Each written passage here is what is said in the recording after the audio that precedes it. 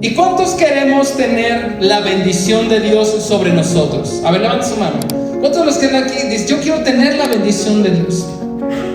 Estamos iniciando el año. Bueno, ya se nos está yendo enero, ¿no? Que ya se nos está escapando enero tan rápido. Pero bueno, aún estamos en el primer mes del año. Estamos empezando este año 2026. Hoy es 18 de enero. Llevamos ya 18, qué rápido. 18 días de este año. Y todos queremos tener la bendición de Dios. La bendición de Dios no solamente tiene que ver con provisión económica. Muchas veces identificamos o relacionamos bendición de Dios, provisión económica. Y no lo es todo. Tiene que ver, pero hay más. Y queremos tener la bendición de Dios. Y como pastor, una y otra vez, las personas se acercan conmigo y con mi esposa. Pastor, por favor, ore por nosotros, para que Dios bendiga mi familia, para que Dios bendiga mi matrimonio, para que Dios bendiga mi negocio, para que Dios bendiga mi trabajo, porque queremos tener la bendición de Dios. Pero hay una verdad bíblica y es el tema de este mensaje. La bendición de Dios, repita después de mí, la bendición de Dios está condicionada por mi obediencia. Otra vez, la bendición de Dios está condicionada por mi obediencia. ¿Okay? ¿Está entendiendo lo que acaba de decir? Porque hace rato le pregunté, ¿quiénes deseamos tener la bendición de Dios? A ver, levante la mano. Dice, yo quiero la bendición de Dios sobre mi vida. ¿Está condicionada por qué? ¿Por mi qué? Ahora, ¿a cuántos nos gusta ser obedientes? Mentirosos. No, hay algunos que son muy obedientes. Hay otros, a ver, ¿a cuántos nos cuesta ser obedientes? La neta, nos cuesta ser obedientes. Miren, vivimos en una cultura, présteme atención a lo que le voy a decir. Vivimos en una cultura donde el que es obediente, el que se sabe someter a su autoridad, es visto como un tonto. ¿Sí o no? Vivimos en esa cultura donde el obediente es visto, el que se somete a la autoridad es visto como un tonto, como un dejado. Pero la palabra de Dios nos enseña lo contrario. Y nos habla la importancia de ser obedientes. De hecho, el rey Saúl fue desechado. Fíjense, el rey Saúl reinó más de 30 años sobre Israel. ¿Cuántos años le dije que reinó? Empezando el segundo año de reinado, Dios ya lo había desechado. ¿Y sabe por qué? Por su desobediencia. Porque Dios le había dado una instrucción. Vas a destruir a los amalecitas, al rey, a todo. Y él no supo seguir instrucciones. Y cuando Dios lo confronta a través del profeta Samuel, él se excusa y le echa la culpa al pueblo. Y entonces viene la palabra donde le dice, le enseña, y son principios sobre la obediencia. Le dice, hoy mismo hubiera confirmado el reino sobre ti y sobre tus hijos. En pocas palabras le dice, hoy te hubiera bendecido tu familia, tu reinado, tus hijos. No se hubiera dicho de Jesús, hijo de David. Se hubiera dicho Jesús, hijo de Saúl. Sus hijos iban a reinar. Y le dice, hoy iba a traer mi bendición sobre ti. Pero por cuanto no has obedecido, te desecho y he escogido otro mejor que tú. ¿Te imaginas que lo que Dios tenía para ti, para tu familia, para tu negocio, para tu trabajo, Dios diga, porque no supiste obedecer, encontré a alguien mejor y lo que tenía para ti, para tu matrimonio, para tu negocio, se lo voy a dar a otro? Y ese episodio que está en 1 Samuel es de los más fuertes. Y le dice, porque mejor es. Porque se excusa Saúl y dice, pero es que mira, no te obedecí tan así, o sea, tan como dijiste, pues digamos que no tanto, pero mira, aparte esto, porque es para, o sea, se justifica para ofrecerlo al Señor. Y Dios le dice, mira, mejor es la obediencia que todos los sacrificios que puedas hacer. Mejor es el prestar atención que los holocaustos. Porque tu desobediencia, es donde dice, la desobediencia la compara con la brujería, con la hechicería. Entonces es un asunto delicado. Pero vivimos en una cultura donde el que es obediente es un tonto. Y se nos enseñó eso, no te dejes, no. Y bueno, eso era más de mis tiempos, pero ahí andaban todos los de una generación cantando, sí soy rebelde. ¿Te acuerdas? Y no, la palabra de Dios dice la importancia de la obediencia y que la bendición de Dios está condicionada ¿por qué? ¿Por mi qué? Obediencia. Ahora, yo sé que muchos, la mayoría de los que están aquí, en algún momento han experimentado la bendición de Dios. ¿Has experimentado en algún momento la bendición de Dios? Que estuviste orando por algo y de repente Dios te sorprendió. ¿Sí lo has experimentado? Es como si esto solamente pudo haber venido de Dios. Este milagro, esta restauración, esta provisión. Pero fíjate, tal vez muchas veces has vivido la bendición de Dios solamente pasajera, como que vino y después ya no estuvo. Otra vez el matrimonio estuvo en crisis, otra vez la economía estuvo difícil. Y el Señor desea que su bendición no sea pasajera en nuestra vida, sino permanezca. Y iglesia, hoy quiero hablarte de algo que todos deseamos, pero que no siempre sabemos cómo sostener: la bendición de Dios. Y yo le voy a rogar que los próximos minutos me preste mucha atención, porque una cosa es que Dios te visite con su favor, y otra cosa es que su favor permanezca contigo, se afirme, madure, crezca y se vuelva algo estable en tu vida. Yo no quiero que lo que Dios hace conmigo sea solamente como algo pasajero, que tal vez aparece, es algo bonito, ilumina el momento, pero después se va. Y tal vez así lo has experimentado. Yo no quiero vivir un cristianismo basado en emociones pasajeras. Yo quiero tener una fe sólida. Yo quiero tener una comunión real, un caminar firme con el Señor, una bendición que no se va a esfumar, sino que va a permanecer y va a establecerse. ¿Tú lo quieres también? Y aquí te va la verdad que a muchos no les gusta, pero es una verdad bíblica. La bendición se asegura con tu obediencia. Esa es una verdad que no nos gusta a la mayoría,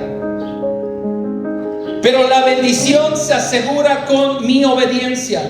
No con excusas, no con negociación, porque muchos tratamos de negociar con el Señor. Hija, ¿por qué andas con ese chico? Ay, pastor, mire que es tan guapo, tan fuerte, su mamá es tan linda, trabaja, estudia. Solamente un detallito. No es. Híjole, se quema igual en el infierno.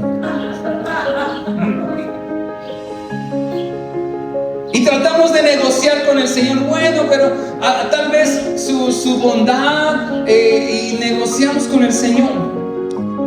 La bendición de Dios se asegura con mi obediencia. Aquí dice la palabra de Dios: no os unáis en yugo desigual con los incrédulos, porque qué comunión tiene. Pero la bendición de Dios se asegura no cuando me conviene, sino con ¿qué? ¿Mío qué? Obediencia. Ahora, la obediencia abre la puerta a la bendición de Dios. Pero no solamente la abre, sino asegura la bendición de Dios sobre ti, sobre tu casa. Mira, hay gente que experimenta bendición, pero no la retiene, y tal vez ese es tu caso. Y no es porque Dios sea inconstante y a veces, o sea como un poquito doble ánimo, a veces te quiere bendecir, a veces no. No tenemos un Dios inconstante. Es porque la obediencia no se volvió un estilo de vida en ti. Entonces, por eso sientes que a veces la bendición de Dios está y a veces no. ¿Sabías tú que la obediencia honra a Dios? Tu obediencia bendice a otros, produce un gozo verdadero, transforma situaciones imposibles en logros, en victorias. Yo creo que hoy el Espíritu Santo nos quiere llevar, nos quiere mover a un nivel mayor de no solamente obedecer cuando nos dicen, sino de obedecer porque entendimos, conocimos y comprendimos los deseos del corazón de Dios, entendimos el corazón de Dios y entonces deseamos obedecer. Y tengo varios ejemplos que se vienen a la mente, y yo aquí te hablo desde el primero al cual Dios le habló. Todo lo que yo comparto contigo es porque primero Dios me lo habló a mí, y no nada más, no te hablo como como el que ya logró todo y ahora te va a enseñar, sino como el que está luchando y padeciendo como tú. Y el Señor me habló y hace unas semanas el Señor me ha estado hablando, diciéndome que es necesario animarte y exhortarte, iglesia, en las situaciones que hay que apretar. Al final de cuentas, cada quien decide si lo hace o no. Y por algunos momentos, y tuve unas conversaciones, dije, pastor, la última vez que a un matrimonio lo exhorté para que viniera a la oración, se fue, Señor. Pero el Señor me dijo, si tú no hablas lo que yo estoy hablando a ti, que estoy trabajando contigo, y exhortas a la iglesia, te lo voy a demandar a ti. Entonces yo no quiero que el Señor me demande algo que no te dije, que el Señor me dijo que te dijera, y que primero me habló a mí. ¿Está bien? Entonces yo no te hablo como el que ya lo logró todo, como el que está en el mismo caminar, como tu compañero en el caminar con Cristo. ¿Sí me vas siguiendo? Y como tu pastor, porque mi labor como pastor es enseñar, redarguir. Y hay varias historias que se me venían a la mente. Y la primera, quiero que me acompañe a Segunda de Reyes, capítulo 4, versículo del 1 al 7. Todas las historias o las citas bíblicas las voy a leer en la versión Reina Valera. Así que hoy traigo varias citas bíblicas. Voy a pedir que tengas ahí la mano más rápida del oeste para abrir tu Biblia. De todos modos, aquí está la pantalla. Pero vamos a ver, dicen: una mujer de las mujeres de los hijos de los profetas clamó a Eliseo diciendo: tu siervo, mi marido, ha muerto, y tú sabes que tu siervo era temeroso de Jehová, y ha venido el acreedor para tomarse 2 hijos míos por siervos. Hasta ahí, no lo pierdan, vamos a seguir leyendo. ¿Qué oficio tenía Eliseo? ¿Era un qué? Un profeta. Ahora, él tenía varios discípulos, y uno de sus discípulos había muerto, y había dejado a una viuda con 2 hijos, y había dejado una deuda, uno de los discípulos de Eliseo. Entonces la esposa va a buscar a Eliseo, y cuando lo busca le dice: por favor, ayúdanos, Eliseo, bendícenos. Vamos a quedarnos en el versículo 1. Por favor, bendícenos, ayúdanos, porque uno de tus siervos, de tus discípulos, murió, era mi marido, y dejó una deuda, y ya vino el acreedor. O sea, ya vino a cobrarnos, y no tengo para pagarle, y se quiere llevar a mis 2 hijos. Le dice: ayúdame, bendíceme. Es la historia de la viuda y el aceite. Entonces la Biblia nos presenta a una mujer viuda. Su marido dejó una deuda, y la deuda era tan grave que los acreedores llegaron a su puerta, tocaron y amenazaron y le dijeron: si no pagas, nos llevamos a tus hijos. ¿Te imaginas en una situación así? Ahora dime, ¿qué harías tú si te sientes acorralado de esa forma? ¿Qué haces tú cuando el problema es más grande que tus fuerzas? ¿Qué haces cuando el problema es más grande que tu dinero, que tus contactos? ¿A quién recurres? ¿Qué hizo esta mujer? ¿Con quién acudió? Con Elías, el profeta. Y Eliseo, fíjate lo que hizo Eliseo. No le dio un discurso bonito, no le dijo: mira, confía en el Señor y Él va a suplir todas tus necesidades. No dijo: híjole, pobrecita de ti, mira, no tengo mucho, pero te doy esto. ¿Sabes qué le dio Eliseo a la mujer? Vamos a leer, versículo 2. Y Eliseo le dijo: ¿qué te haré yo? Declárame qué tienes en casa. Y ella dijo: tu sierva ninguna cosa tiene en casa sino una vasija de aceite. Hasta ahí. Fíjate, la mujer viene a pedirle, dice: por favor, bendice mi casa porque tengo un problemón. Y Eliseo no le dijo: bueno, pues pobrecita, a ver, te ayudo con esto. ¿Sabes qué comienza a decir Eliseo? Comienza a darle instrucciones. Primero le dice: ¿qué tienes en casa? Una vasija. Versículo 3. Él le dijo: ve, fíjate las instrucciones que le da. No le da un discurso bonito, no le da una limosna, le da instrucciones. Ve y pide para ti vasijas prestadas de todos tus vecinos, vasijas vacías, no pocas. O sea, lo pone a chambear, la pone a chambear. Versículo siguiente: entra luego y enciérrate tú y tus hijos y echa en todas las vasijas, y cuando una esté llena, ponla aparte. Versículo 5. Y se fue la mujer y cerró la puerta, y encerrándose ella y sus hijos, y ellos le traían las vasijas y ella echaba del aceite. Fíjate, lo que hace Eliseo, le da instrucciones. Le dice, ok, ¿quieres tener la bendición de Dios? Tienes que hacer esto. ¿Y qué hizo la mujer? Dijo, ay, yo quería que me dieran una limosna. No, dijo, ay, mi marido tanto tiempo ahí trabajando con Eliseo, y yo le pido una ayuda y me manda a chambear. No hizo eso. ¿Sabes qué hizo? ¿Qué hizo la mujer? Obedeció las instrucciones. La puso a trabajar, la puso a chambear, puso a sus hijos y comenzó a hacer lo que le pidió. Y aquí está el principio. Dios bendice a los obedientes, no a los pasivos. ¿Qué ocurre? Versículo 6. Dice, cuando las vasijas estuvieron llenas, dijo a un hijo suyo, tráeme otras. Y él le dijo, ya no hay más vasijas. Entonces cesó el aceite. Versículo 7. Vino ella luego y lo contó al varón de Dios, es decir, el profeta, el cual le dijo, ve y vende el aceite. Más instrucciones. Y paga a tus acreedores, y tú y tus hijos vivan de lo que queden. ¿Te das cuenta de lo que está pasando? Ella tiene un problemón. Se acerca al profeta y dice, necesito la bendición de Dios. Y el profeta no le dice, voy a orar por ti para que la bendición de Dios venga. No le da un discurso bonito, le comienza a dar instrucciones. Lo que tienes que hacer es esto, esto, esto y lo otro. Y la mujer no lo cuestiona, sino se pone a chambear, se pone a trabajar, pone a trabajar a sus hijos, y después va corriendo y hasta que ya no hay más vasijas. Y viene con él y le dice, ya hice lo que me dijiste.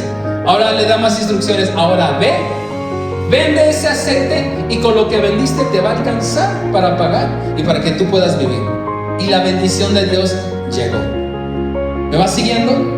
Dios bendice a los obedientes, no a los pasivos. Porque el reino de Dios no es una fábrica de gente ociosa. El reino de Dios levanta gente que es responsable, que es diligente y que sabe ser obediente. Entonces, Eliseo le dice, ve casa por casa. Y ella me dijo, ay no, qué flojera. No, Dios me va a bendecir. Yo aquí voy a esperar la bendición de Dios.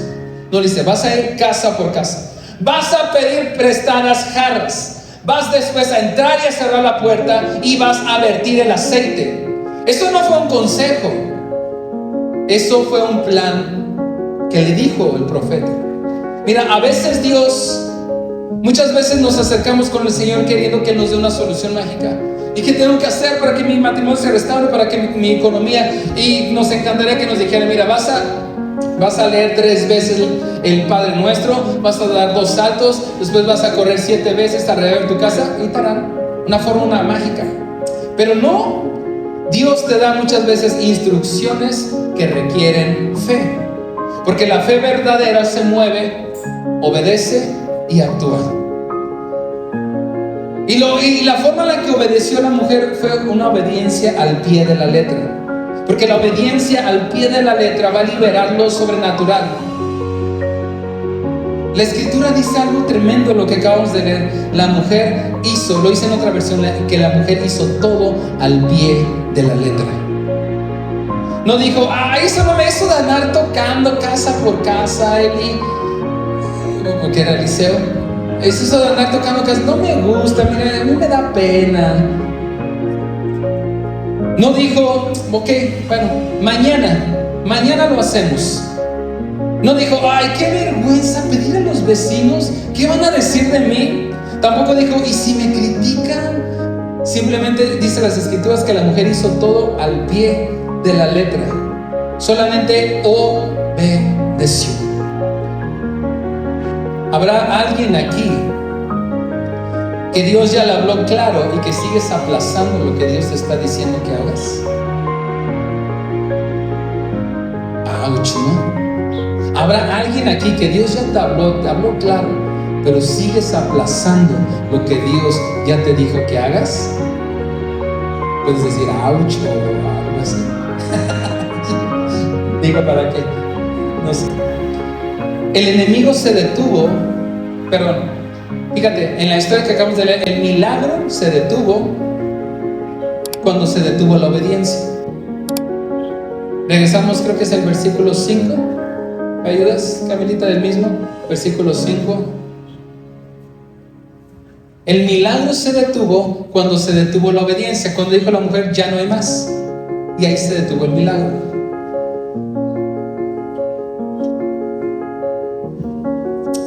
Dice la palabra de Dios que cuando ya no hubo más recipientes, el aceite se detuvo. Y esto es algo tremendo, porque no fue la falta del poder de Dios, fue la falta de ¿qué? ¿Qué provocó que se detuviera el aceite? ¿La falta de qué? Pero en objeto de vasijas, de recipientes. ¿Cómo puedo aplicar esto a mi vida? A veces el límite no es el cielo, el límite somos nosotros. Nuestra disposición, nuestra obediencia es el límite de donde Dios nos va a bendecir. Y la obediencia transformó la tragedia, porque era una tragedia. Su marido murió, le dejó una deuda y vienen los acreedores a decirle, si no me pagas me voy a llevar a tus hijos. Era una tragedia. Pero la obediencia transformó esa tragedia en victoria. Y al final Eliseo le da otra instrucción que le dice, ahora vende el aceite y con el dinero que te van a dar pagas tus deudas y vas a vivir de lo que sobra. Entonces fíjate, lo que parecía el fin de una familia terminó en provisión, en restauración, en un buen futuro y en victoria. Mira, nunca un acto de obediencia te va a cerrar puertas, nunca. Un acto de obediencia siempre te va a abrir caminos, va a abrir la puerta a la bendición de Dios y va a asegurar que la bendición de Dios permanezca. Un acto de obediencia jamás te va a cerrar puertas. ¿Sí me vas siguiendo? Vamos a ver otra historia que también nos habla de obediencia. Ahora, fíjense, porque hay varios pensamientos que quiero compartir. El primero, esta fue una obediencia con instrucciones, ¿sí? ¿Cuáles fueron las instrucciones? Junta, ve, toca a los vecinos, junta vasijas, ponte a trabajar. Y cuando tengas el aceite, vas a ir, lo vas a vender. El dinero que te van a dar, vas a pagar lo que debes y de eso vas a vivir. Vamos a ver un ejemplo donde hubo obediencia sin que nadie le pidiera nada. Esa historia está ahí mismo en Segunda de Reyes, capítulo 4, pero ahora en el versículo 8. Está adelantito. Segunda de Reyes 4:8. Dice, aconteció también que un día Eliseo pasaba por Sunem. Y aquí viene la historia que conocemos como la historia de la mujer tsunamita. Y había allí una mujer importante. Ahora, esta mujer, la de la primera historia, era una mujer que estaba en pobreza. Esta no, esta era una mujer con lana, ¿no? Con billullo, ¿no? Con dinero. Esta era una mujer importante que le invitaba insistentemente a que comiese. Y cuando él pasaba por allí, venía a la casa de ella a comer. Seguimos pasando los versículos. Y ella dijo a su marido, he aquí ahora, yo entiendo que este que siempre pasa por nuestra casa es varón santo de Dios. Yo te ruego que hagamos un pequeño aposento de paredes, o sea, una recámara, y pongamos allí una cama, una mesa, una silla, un candelero, una tele con Netflix, una cafetera, ¿no? Para que cuando él viniera a nosotros se quede en él. ¿Qué sigue? Y aconteció que un día vino él por allí y se quedó en aquel aposento y durmió. Versículo 12. Entonces dijo a Giesi era uno de los discípulos de Eliseo, llama a esta tsunamita. Y cuando la llamó, vino ella delante de él. Dijo él entonces a Giesi, dile, he aquí tú has estado solícita por nosotros con todo este esmero. O sea, vio en la recámara que y dijo, wow, ¿qué quieres que haga por ti? ¿Necesitas que hable por ti al rey? o al general del ejército? Y ella respondió: yo habito en medio de mi pueblo. ¿Qué sigue? Y él dijo: ¿qué pues haremos por ella? Y Giezi respondió: he aquí que ella no tiene un hijo y su marido es viejo. 15. Dijo entonces: llámala. Y él la llamó, y ella se paró a la puerta. Y él le dijo: el año que viene, por este tiempo, abrazarás un hijo. Y ella le dijo: no, Señor mío, varón de Dios, no hagas burla de tu sierva. ¿Qué sigue? Mas la mujer concibió y dio a luz un hijo el año siguiente, en el tiempo que Eliseo le había dicho. 18. Y el niño creció. Ok, hasta ahí. Es otra historia, la historia de la mujer tsunamita. Es en el mismo capítulo, pero cambia un poco el escenario. Otra mujer, otra casa y otro nivel de obediencia. Esta mujer no era viuda, ella sí tenía marido. Esta mujer no era pobre. La anterior era viuda y era pobre. Esta no era viuda, tenía marido, no era pobre, tenía lana. Esta mujer no estaba en crisis. O sea, todo iba bien. Aparte era influyente y tenía recursos. Entonces esa mujer ve a Eliseo y dice: estoy segura que ese hombre es un hombre de Dios. Y toma una decisión. Nadie se lo pidió. ¿Sí me va siguiendo? Nadie se lo pidió. Toma una decisión. ¿Qué decisión toma? Construirle un cuarto arriba. Dice: dice: oye, viejo, mira, este hombre que predica y ora es un hombre de Dios. Nosotros tenemos lana y veo que por aquí pasa seguido. ¿Por qué no construimos un cuarto para que cuando él pase tenga un lugar cómodo donde quedarse? Y le construyeron un cuarto, o sea, una cama, un escritorio, una silla, una mesa. ¿Qué más dijimos? Una tele con Netflix, con una cafetera. Todo lo que usted desea tener, eso se lo pusieron ahí. Fíjese, nadie le pidió. Entonces, el primer principio que vemos, una obediencia abre las puertas, sigue las instrucciones. Pero aquí vemos otro principio, la obediencia madura. O sea, una obediencia madura siempre va a nacer del discernimiento. ¿Y qué es esto? Nadie le ordenó, nadie le exigió: tienes que construir un cuarto. Nadie la presionó: hey mujer, ¿ya construiste el cuarto? Ella discernió: ese es un hombre de Dios que pasa seguido por aquí y no tiene dónde quedarse. Sería algo bueno que le construyamos un cuarto. Entendió, discernió e interpretó. Y ese es otro nivel, porque aquí nadie le tuvo que dar instrucciones. No obedeció solamente porque alguien más le dio una orden. Obedeció porque captó el corazón de Dios. Captó que ese hombre era hombre de Dios y que no tenía dónde quedarse cuando pasaba esa ciudad. Y honró a Dios, honrando también a ese hombre. Ahora, esta acción que ella hizo, no la hizo para que la gente la viera. No fue a presumirlo, no fue a decirle: miren qué bonito cuarto le construí a Eliseo. No necesitó que le estuvieran rogando: ¿ya le construiste ese cuarto a Eliseo? No. Mira, cuando alguien comienza a madurar en su caminar con Cristo, no hay que rogarle para que venga a servir. No hay que empujarlo para que venga a congregarse. Ya empezó. Pero me aguanta un poco más. No hay que perseguirlo para que haga lo correcto. ¿Sí me va siguiendo? Cuando alguien ya maduró en Cristo, no hay que rogarle: hermano, ¿por qué tiene 10 domingos que no ha venido? No hay que rogarle para que sirva: hermanito, por favor, ¿por qué no vino a servir? No hay que perseguirlo para que haga lo correcto. Lo hace porque ya entendió qué es lo que debe de hacer. ¿Sí me va siguiendo?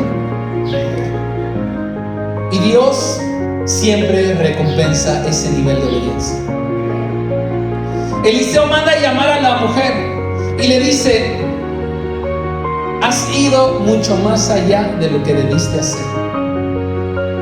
Has ido mucho más allá de lo que debiste hacer. Sí. Aquí tengo un papelito. Has ido mucho más allá de lo que debiste hacer. ¿Quién le dijo que tenía que hacer un cuarto? ¿Quién se lo dijo? Nadie. ¿Sabes por qué lo hizo? Pedí un papel y en la mañana, hermano Beli, pero creo que me dio uno ya reciclado. Creo que me dio el reciclado, hermano. El que ya está usado. Bueno, no nos sirve. ¿Ok? ¿Me va siguiendo? Entonces, ¿por qué recoge eso, hermano? ¿Pero quién le dijo que lo recogiera? ¿Usted le dijo? ¿Por qué lo recogió? A que se vea más limpio. Ese es el nivel de obediencia que estamos ejemplificando aquí. Hay muchos que, si no crean que soy un grosero que ando aventando en la basura, nos salió.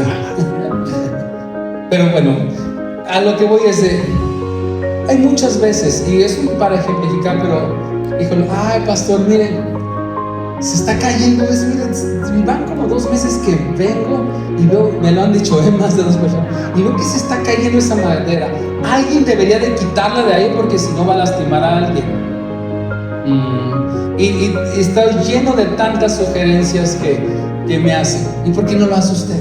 Porque un día viene y dice, pastor, veo que se está cayendo eso. Tiene una escalera, no, bueno, consigo uno, vamos a quitar eso. Pastor, mire, eso está ahí muy feo. Alguien debería acomodarlo, eso se está cayendo, ahí está despintado. Todos tienen excelentes sugerencias, pero pocos son los que dicen, pastor, vine a hacer esto, vine. Hermano, ¿por qué recogiste el papel? Que lo levante el staff que se encarga de levantar los papeles tirados de la iglesia. ¿Usted por qué lo hace? Déjelo ahí, que lo haga, lo que haga el ministerio que recoge papeles tirados en la iglesia. No, porque yo entiendo que es una necesidad. Estoy en la casa de Dios. Pastor, ay, qué horrible se pone cuando llueve allá en la iglesia. Híjole, deberían de poner ahí grava, deberías de ayudarnos, hermano. Deberías de poner ahí unos. ¿Me va siguiendo? Y es un nivel de obediencia que hace esta mujer que nadie le pidió nada. Lo hizo porque entendió. ¿Sí me va siguiendo? O ya se está enojando conmigo. ¿Vamos bien? ¿Le sigo? Ok. Esta mujer lo hizo por amor, por honra, y después vino lo sobrenatural. Porque se acerca y Eliseo le dice, has hecho mucho más allá de lo que debiste hacer. Te tocaban recoger las sillas de este lugar, pero recogiste no nada más estas, sino las del otro lugar y también del área de niños, y lo trapeaste y nadie te lo pidió. Gracias. Y después vino lo sobrenatural, porque viene y le dice Eliseo, ¿qué quieres que haga por ti? La mujer no le dijo, bueno, vamos a construir un cuartito, a ver si porque veo que Eliseo se lleva acá con el rey, o si ora por nosotros para que tengamos un hijo. Entonces, si le construimos un carrito, un cuartito, nos vamos a llevar bien con él. Y cuando le pedíamos que ore por nosotros, no hizo nada por conveniencia, hizo porque entendió el corazón de Dios, que ese era un hombre de Dios. Dijo, vamos a honrar al hombre de Dios. Y cuando viene Eliseo, le hiciste, has hecho mucho más allá de tu deber. De hecho, Eliseo le dice, ¿qué quieres que haga por ti? Y la mujer le dice, nada. Yo no hice esto para recibir algo. El Señor Jesús nos da una enseñanza y dice, cuando haces lo que tienes que hacer, debes de decir, siervo, ¿qué? Inútil soy. Y uno dice, ¿cómo? Porque lo que tenías que hacer, eso hiciste. Y luego muchas veces yo no llego ni a inútil, porque ni siquiera hago lo que sí tenía que hacer. ¿Me va siguiendo? ¿Qué es lo que enseña el Señor Jesús? Este nivel de obediencia. Cuando yo hago lo que tengo que hacer, está bien, pero el Señor Jesús dice, dile a ti mismo, siervo inútil, porque lo tenías que hacer y lo hiciste. Y eso me confronta a mí, porque digo, a veces ni inútil llego, porque lo tenía que hacer y ni siquiera lo que tenía que hacer hice. Mucho menos voy a hacer lo que no tengo que hacer. Me va siguiendo. Entonces esta mujer le dice, no necesitas hacer nada por mí. ¿Quieres que hable bien de ti con el rey? ¿Quieres que haga algo por ti? Y le dice, no. Entonces él le identifica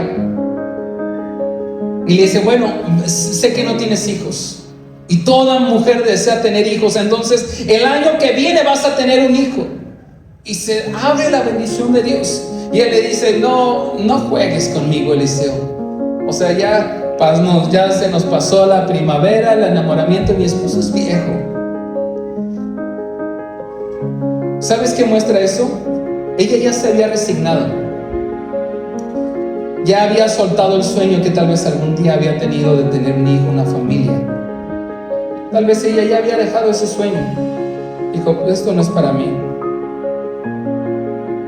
Pero Dios honró y lo que hizo esta mujer, y la obediencia liberó el milagro para esta mujer. Ahora, lo que hizo esta mujer fue que honró a Dios, pero también honró al profeta. Y repito, ella no la hizo para que la viera. Que la obediencia a Dios libera milagros en áreas donde tal vez ya habías perdido la esperanza. Quiero contarte otra historia que tiene que ver también. Esta historia está en 2 de Samuel, capítulo 23, versículo 15 al 17. Son historias bíblicas. Si estas palabras son fuertes para nosotros, es la Biblia. Entonces, el primer cuadro, una obediencia con instrucciones, la mujer y el aceite. Segundo ejemplo que vimos, una obediencia sin instrucciones. Nadie le tuvo que pedir nada y Dios honró. Vamos a ver tercer ejemplo. 2 de Samuel, capítulo 23, versículo 15 al 17 dice, y David dijo con vehemencia. Ahora, lo que David está sentado, a ver si se saben esta respuesta. ¿Quiénes fueron los máximos enemigos de toda la vida del pueblo de Israel? ¿Los qué? ¿Más fuerte? ¿De dónde era Goliat? De los filisteos. Tuvo muchos enemigos, pero sus máximos enemigos fueron los ¿qué? Filisteos. Entonces David está sentado, están en una batalla contra los filisteos. Del otro lado está el campamento de los filisteos, y David está sentado una tarde. Y dice que David dijo con demencia, no fue una instrucción, fue un pensamiento en voz alta. Habló en voz alta y dijo, ¿quién me diera a beber del agua del pozo de Belén que está junto a la puerta? El pozo de Belén estaba del otro lado, donde estaba instalado el campamento de los filisteos. Obviamente no se podían acercar. Entonces David se acuerda que el agua del pozo de Belén sabía deliciosa. Y él está ahí en una tarde con un montón de calor y dice, ¿quién? No es una instrucción, no se lo está pidiendo a nadie, ni siquiera está orando a Dios. Es un pensamiento en voz alta. ¿Alguna vez has pensado en voz alta? Mi esposa lo hace todo el tiempo y luego le digo, ¿qué pasó? Piensa. Él está pensando en voz alta y dice, ¿quién me diera a beber del agua del pozo de Belén que está junto a la puerta? Siguiente versículo. Entonces los tres valientes irrumpieron por el campamento de los filisteos.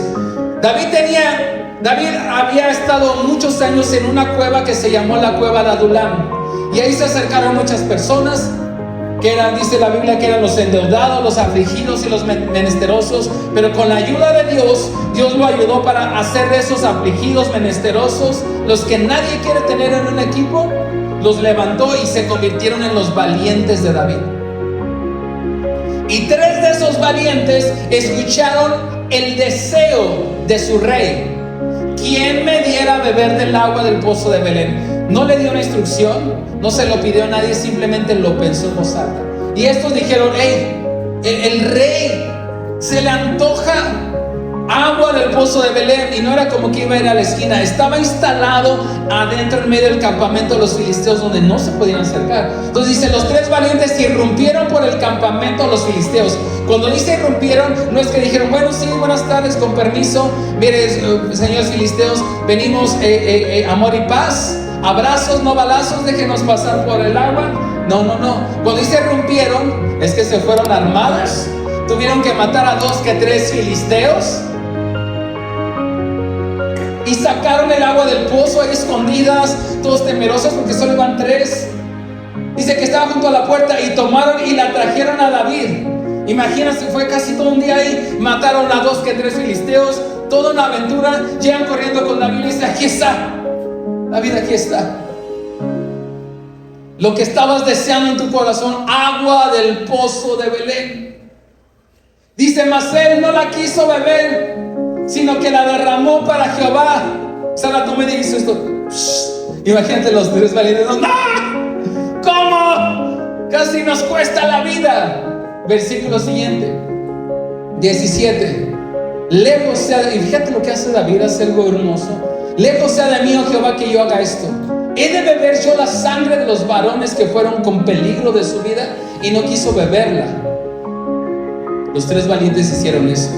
¿Qué significa? Que David dice, o sea, esto es algo tan valioso, porque es como si fuera su sangre. Ustedes se la partieron ahí para traerme agua. No la puedo yo beber, yo no soy digno. Vale su sangre, y la derrama como ofrenda a Jehová. Ahora, ¿qué quiero enseñar con esto? David está en la cueva, tiene sed, dice algo como un antojo. Si pudiera beber agua del pozo de Belén. Los 3 valientes escuchan eso, se juegan la vida, se meten entre los filisteos, traen el agua. Cuando se la dan a David, David dice, no puedo beber esto, porque representa la sangre de ustedes que arriesgaron su vida por mí. Y aquí viene el principio. Hay gente que obedece órdenes, es bueno. Hay gente que obedece deseos de Dios, es mucho mejor. Ellos no necesitaron una instrucción, escucharon un deseo, el deseo de su rey, y respondieron. ¿Cuántas cosas Dios no nos tiene que ordenar? Porque ya amamos su presencia y ya hemos discernido cuál es su voluntad y ya sabemos qué es lo que le agrada. Cuando estamos tan cerca del Señor, podemos escuchar aún sus deseos, y tal vez nadie nos tiene que pedir nada. Y quiero hablarles de un último ejemplo. No vamos a leer la cita porque es todo el capítulo 7 de segunda de Samuel. Hay un momento donde David está viviendo en el palacio. ¿Cuál era el salmo que me dijiste en la mañana? 132. A ver, Salmo 132. David está en el palacio, tiene todos los lujos, está viviendo en el momento de gloria. Uno de los mejores momentos para la nación de Israel fue cuando reinó David. Tanta riqueza, tanto oro. Todavía mejoró con Salomón, pero con David fue muy bueno. Y fíjate lo que dice el Salmo 132. Dice, acuérdate, oh Jehová, de David y de toda su aflicción. Hasta ahí. Y ¿cuál piensa usted que haya sido la aflicción de David? Sus hijos, el reinado, que no le quiten la corona, que no lo maten. Pudo haber sido una de sus aflicciones. Pero fíjate cuál es la aflicción que le consumía el alma a David. Versículo 2, siguiente. De cómo juró a Jehová y cómo prometió al fuerte de Jacob, y esta era su aflicción. El que sigue: no entraré en la morada de mi casa. Él vivía en el palacio lujoso. Ni subiré sobre el lecho de mi estrado. No daré sueño a mis ojos, ni a mis párpados daré adormecimiento, hasta que halle un lugar para Jehová, morada para el fuerte de Jacob. ¿Qué es lo que está pasando ahí? David vive en un palacio y dice: yo tengo una casa, pero la presencia de Dios, que estaba representada en ese momento por el arca del pacto, el arca de Dios, estaba en una carpa. ahí hay una carpa. Y él dice, no puede ser que yo viva en un palacio, que tenga lujos, que esté cómoda, y la presencia de Dios de aquí para acá, en una casa, en otra casa, ahorita está en una carpa. Y habla con el profeta Natán, tu tocayo. Habla con el profeta Natán y le dice, tengo un deseo, quiero construirle una casa a Dios. Ojo, Dios nunca, este es un dato que tal vez no lo tenía, Dios nunca le pidió a David que le construyera un templo, jamás se lo pidió. A Moisés le pidió que construyera un tabernáculo. A David no le pidió nunca Dios que construyera un templo. David construyó el primer templo. Después lo destruyeron el reino de Babilonia, lo reconstruye Nehemías. Pero ese templo fue tan glorioso y Dios jamás le dijo, David, construyeme una casa. No lo hizo. David tiene ese deseo y habla con el profeta Natán y le dice, tengo un deseo tan profundo, no puede ser que la presencia de Dios ande en una carpa, ande de aquí a acá, vamos a construir una casa. ¿Y sabes qué le dice a Natán? Hazlo, si lo quieres hacer, hazlo, yo sé que Dios va a estar contigo. Y fíjate que es largo, lo puede leer 2 Samuel, todo el capítulo 7 en adelante, de hecho la historia también está en Crónicas, pero parafraseando, Dios le dice, yo nunca pedí una casa, nunca me quejé de no tener una casa, pero aún así Dios honra el corazón de David, porque el corazón de David era honrar la presencia de Dios. Y le dice, ok, ¿quieres construir un templo? Está bien, vas a juntar, pero lo vas a planear. Ya parafraseando toda la historia, le dice, está bien, yo nunca te pedí una casa, David, no tienes que hacerlo, pero si lo quieres hacer, hazlo. También le dice, nunca me quejé por no tenerla. Y le dice, pero vas a planearla, vas a juntar los ahorros de toda tu vida, pero tú no la vas a construir, la va a construir tu hijo. Y sabes, si Dios nos hubiera dicho algo así, dicho, pues no, si no lo hago yo, entonces nadie. Muchas veces nosotros actuamos así. No, si no soy yo el que va a cantar, el que va a servir, el que va a predicar, el que va a dar la cara, entonces no, ni me interesa. ¿Se va haciendo? Y David dice sí. Y David toda su vida juntó de los tesoros, lo planeó y sus ojos nunca vieron el templo. Que Dios respalda lo que nace de un corazón que conoce a su Dios. Dios no pidió el templo, pero fíjate, se dejó amar por David. Dios nunca le pidió un templo, pero dijo, David lo hace por amor a mí. Y se dejó amar por David, permitiéndole diseñar el templo. Por eso es que cuando a través de Salomón, él lo puede ver mejor en Segunda de Crónicas, en Primera de Crónicas, cuando es la inauguración del templo, David ya murió, y es con Salomón. Viene la gloria de Dios tan hermosa el día que lo inaugura, que Dios estaba honrando y se dejó caer por David. Porque cuando tú conoces a alguien, tú sabes qué es lo que le agrada y qué es lo que no le agrada. ¿Sí? Cuando tú conoces a alguien, tú sabes cuáles son sus deseos. Tú sabes cuáles son los deseos. Tanto tiempo llevas conviviendo con tu esposo, con tu esposa, que tal vez no te tiene que pedir nada. Y los esposos nos empezamos a conocer con nuestras esposas, que muchas veces ya no nos tienen que pedir nada, sino solamente con una mirada, a veces simplemente como la estás sintiendo, sabes qué deseas. Lo mismo pasa con Dios. Cuando tú estás cerca de Dios, comienzas a amar lo que Él ama, a odiar lo que Él odia, No tienes que esperar para que te ruegue, hijito mío, por favor, cásate. Porque amas a Dios. Yo voy a honrar a Dios. Voy a ordenar mi familia. Voy a ordenar mi matrimonio. Miren, yo sé que aquí hay parejas que no están casadas y quiero que no me lo tomen como, no se me vayan a ofender, ¿sí? Pero eso aplica para cualquier otra cosa. No podemos pretender que Dios bendiga nuestra familia si no obedecemos. Pastores, que usted a todos los que me dicen que se casen, pues sí, porque eso dice las Escrituras, eso honra a Dios, y yo sé que eso va a bendecir tu casa, porque yo deseo que Dios bendiga tu familia, tu matrimonio.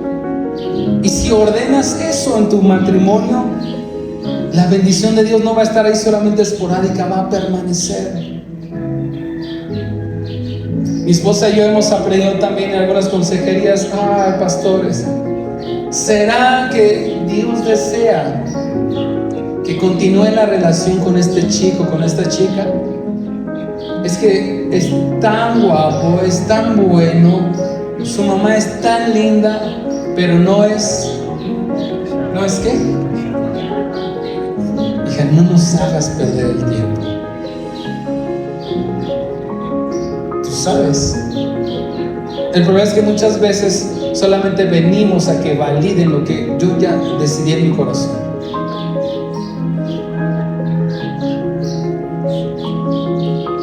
Cuando tú conoces a alguien, sabes lo que le agrada y no tienes que esperar que te ruegue, hijito mío, ¿por qué no haces esto? ¿Por qué no haces lo otro?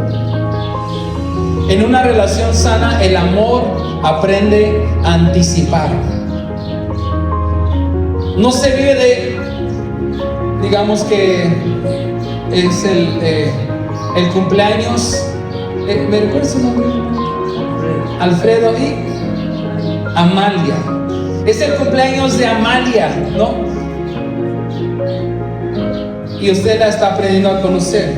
Y que pasó el cumpleaños y nada. Y que usted al otro día le hubiera dicho a Alfredo, ay, ¿cómo me hubiera gustado darte un regalo? Me hubiera encantado regalar. Y a lo mejor por ser amable su esposa, ay, sí, bueno. ¿Y por qué no me diste nada? Pues porque no me lo pediste. No te tengo que pedir nada, me conoces, sabes lo que me gusta. Entonces, en una relación sana, y ahí va el consejo para los matrimonios, anticipa que aunque no me pidió nada, yo sé lo que le gusta, lo que quiere, y vengo y se lo ofrezco. No le digo, pues es que no me lo pediste. Lo mismo es con el Señor. Vivamos una relación de te conozco, Señor, te amo y sé qué es lo que te agrada, lo que esperas de mí y lo que me va a bendecir. Hay cristianos que viven de lo mínimo. Señor, dime exactamente qué hacer y lo voy a hacer tal vez. Pero Dios nos quiere llevar a otro nivel de estatura, hacer lo correcto sin que te lo pidan, a honrar sin que te tengan que estar empujando para que hagas lo que tienes que hacer, servir sin que te rueguen. Y mi esposa y yo nos cansamos de eso. Ay, soy de los, he servido y ahora yo no fui, el pastor ni me dijo nada, ni me habló. Porque es cansado también tenerte que estar rogando para que vengas a la iglesia, para que sirvas. Porque eso me habla de un corazón que tal vez no ama tanto a Dios como dice que lo ama. Servir sin que te rueguen, obedecer sin negociar. No negocies lo que ya está escrito en la palabra de Dios. Hay cosas que ya están claras en las Escrituras: santidad, integridad, que no vamos a negociar, orden, honra, prioridades, yugo desigual, pureza, verdad. La pregunta es, ¿por qué muchas veces queremos negociar lo que el Señor ya estableció en su palabra? La obediencia no es para cuando nos acomoda. La obediencia es para aquel que ya decidió en su corazón: Señor, tu voluntad es mejor que mi capricho. Porque cuando más obedeces, miren, hay muchos cristianos que les encanta recibir palabra profética. Que dices: yo necesito que el Señor me diga qué hacer. Entonces, cuando hay palabra profética, o viene un pastor que se mueve los dones proféticos, o viene el profeta, ahí está, que me dé a mí la palabra, que me dé la profecía. No es que esté mal, nosotros creemos en la palabra profética, somos una iglesia que se mueve en la profecía, creemos en el ministerio de los profetas. Pero cuanto más obedeces, menos confirmaciones proféticas necesitas, porque sabes lo que tienes que hacer. Y cuando viene un profeta, una profecía, solamente ya confirmó algo que tú ya sabías que tenías que hacer. ¿Sí me vas siguiendo? Cuanto más obedeces, menos confirmaciones proféticas necesitas para hacer. Hay pastores que estoy orando para ver, hijos, que ya no quiero usar ese ejemplo, pero estoy orando para ver si tengo que dejar de fumar o no. Sabes lo que tienes que hacer. Estoy orando, no sé si tengo que dejar esa relación de noviazgo, pues me la paso fornicando todos los días, pero ¿será la voluntad de Dios? Cuanto más obedeces, menos palabra profética necesitas. Y a veces es tan desgastante estar como pastores, se lo digo con amor, siempre estamos para ustedes, y cada uno de ustedes que han tenido una necesidad sabe que siempre vamos a estar con ustedes. Pero Dios no va a bendecir si no sabemos ser obedientes. Dios no está bendiciendo el matrimonio, tal vez hay cosas que no somos obedientes. Dios no está bendiciendo la economía, tal vez no hemos sabido ser obedientes. Y a veces es tan desgastante decir: hijo, ¿qué te digo? Sabe lo que tienes que hacer. La obediencia asegura la bendición. Iglesia, la bendición de Dios no está reservada para unos cuantos. La bendición de Dios no está reservada solamente para el pastor, el líder, el profeta. La bendición de Dios está reservada para los obedientes. Y a algunos nos cuesta ser obedientes, yo soy el primero. La viuda, o sea, no de que estaba así, la viuda. No se ría. La viuda obedeció instrucciones. ¿Se acuerdan? Fue a su casa, tocó a los vecinos, sacó los recipientes y su casa fue restaurada. La tsunamita obedeció sin que le ordenaran nada y recibió un milagro que no pidió, pero que le bendijo tanto. Porque después, ese hijo que nace, ya no vemos en la historia, pero después se enferma y se muere. Y Eliseo viene y hace el milagro y lo resucita. Los valientes de David obedecieron un deseo y honraron a su rey con valentía. Y David obedeció el impulso santo, la aflicción que él tenía de honrar a Dios, construyendo un templo, y Dios se dejó amar por David. Entonces hoy el Espíritu Santo te dice: no juguemos a la ignorancia espiritual. No vivamos de excusas. No te escondas detrás de: es que nadie me dijo que para que mi familia estuviera bendecida me tenía que casar. Hay una conciencia dentro de nosotros. La Biblia dice que Dios puso dentro de nosotros una conciencia del bien y del mal.